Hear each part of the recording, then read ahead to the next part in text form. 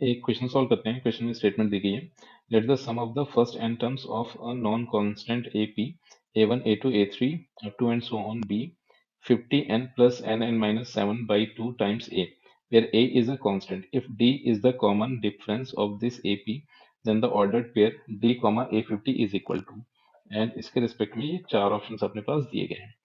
तो एक काम ही कर लेते हैं कि फॉर्मूले का यूज करके गिवन एपी के एन टर्म्स का समेशन लिख लेते हैं।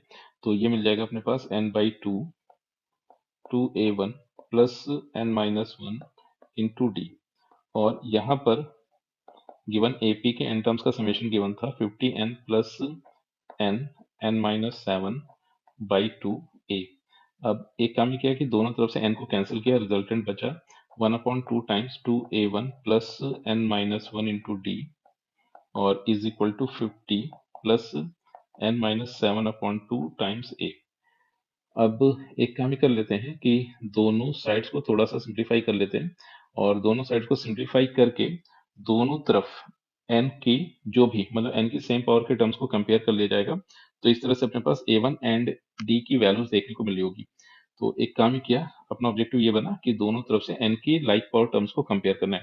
तो इसको थोड़ा सिंप्लीफाई करके और लिखते हैं, तो ये मिल गया अपने पास a1 और फिर प्लस का एन डी माइनस का d is equal to, in fact ये अपने पास मिल जाएगा डिवाइडेड बाई टू, और राइट हैंड साइड में बन गया है अपने पास 50 plus n a by two और माइनस का 7a/2।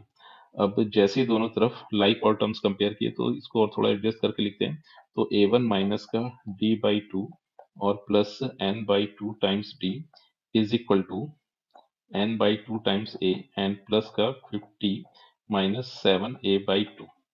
तो यहाँ से इन दोनों टर्म्स को जैसे ही कंपेयर किया तो d की वैल्यू a आ गई अपने पास, और फिर इन दोनों टर्म्स को जैसे ही आपस में इक्वेट किया तो यहाँ से a1 minus d/2 is equal to मिल गया 50 माइनस का 7a/2। अब d की वैल्यू जैसे ही a के फॉर्म में पुट की, और इनफैक्ट हो ये रहा था कि जो भी ऑप्शंस अपने पास दिए गए वो सारे के सारे कैपिटल A के फॉर्म में, तो d के प्लेस पर जैसे ही कैपिटल A पुट किया तो a1 minus a/2 is equal to 50 minus का 7a/2 मिला। तो फर्दर इसको सिंप्लीफाई करें तो a1 की वैल्यू हो गई 50 और फिर प्लस का a/2 माइनस का 7a/2। तो नेक्स्ट यहाँ से a1 को लिखा जा सकता है 50, और ये सिंप्लीफाई होकर आ जाएगा प्लस का डिवीजन में 2 एंड a माइनस का 7a। तो a1 की वैल्यू यहाँ से मिल गई 50 और माइनस का 6a/2, तो माइनस का 3a। तो इस तरह से a1 अपने पास आ चुका है और d की वैल्यू आ चुकी है, दैट इज a।